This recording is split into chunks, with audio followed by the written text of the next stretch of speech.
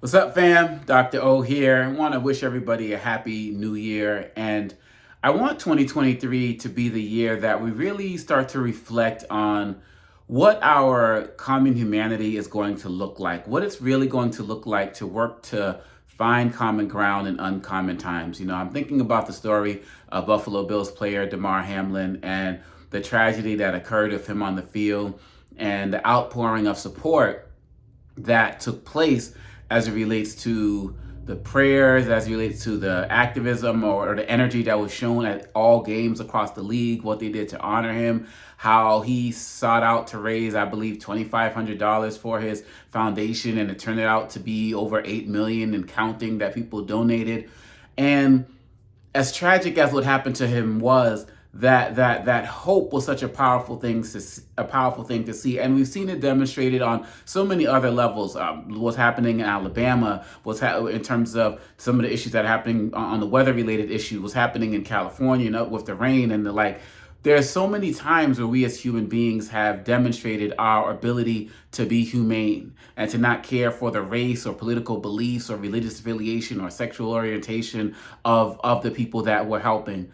And what we need to do in 2023 is that we need to amplify that. We need to take it to a level where we're doing these things not just because we're in a crisis mode. Because really, at the end of the day, there's somebody every single day who needs our ability to find common ground in these uncommon times. So when we took a look at 2023, so many of us are engaged in our own causes, our own activism, the things that we're passionate about. But let's look at ways that we can start really bringing people together. People talked about Dr. King and the holiday this year, and people talk about his dream, and some people only have one quotation: color of skin versus content of character. But let's talk about what he meant when he talked about the beloved community and bringing people together. And he talked about the importance of standing up for people, not because, oh, this person's black or this person is this, but because it's the right thing to do. And he talked about the time being right to do right. If I'm donating to an organization after a hurricane or an earthquake, I'm not asking, is this only going to black people? Is this only going to this group, or is this going to that group? I'm worrying about the common humanity. And we have to understand that, as Dr. King said, none of us are free until all of us are free. None of us are whole until all of us are whole. So we need to do the work to help other people become whole. Maybe it's helping them get mental health services. Maybe it's getting the services that we need so we can be better. What are you willing to do in 2023 so that you can better serve our common humanity? That's my challenge to you. It's my challenge to me, to be quite honest. Set out some goals, because if we don't, inhumanity is winning. Ignorance is winning. When I'm looking at what's happening with our so-called leadership in the political area, we see that dishonesty and lies are ruling the day. We see that people who are supposed to be representing all people are identifying with hate and ignorance and deceit. We see that in our larger society that hate crimes are up large percentages over against pretty much every group, with black people being the number one target consistently, Jewish people being the number two target, and Jewish people also being the number one target as it relates to religiously based hate crime. And when we see what's happening with our LGBTQ plus community, we need to do more. We are winning in many ways, but we are losing in many other ways. And lastly, let's work on 2023 being a year that we commit to the truth. Joe Biden talked about in his speech how teaching the truth in history and the truth in schools, it's not about being woke. He said it's about being honest. Let's tell the truth. Let's just be honest about what's going on in our world and our society. I heard an interview with Martin Luther King's III, Dr. King's son, where he talked about how his daughter is in a school system where she can't even learn about her grandfather and her grandmother, Coretta Scott King, until she's in the 6th grade. What are we doing?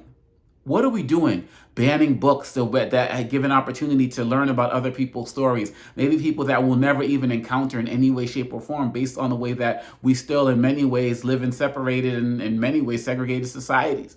What are we willing to do to challenge ourselves to walk across the aisle, whatever aisle we define, to learn something new about somebody?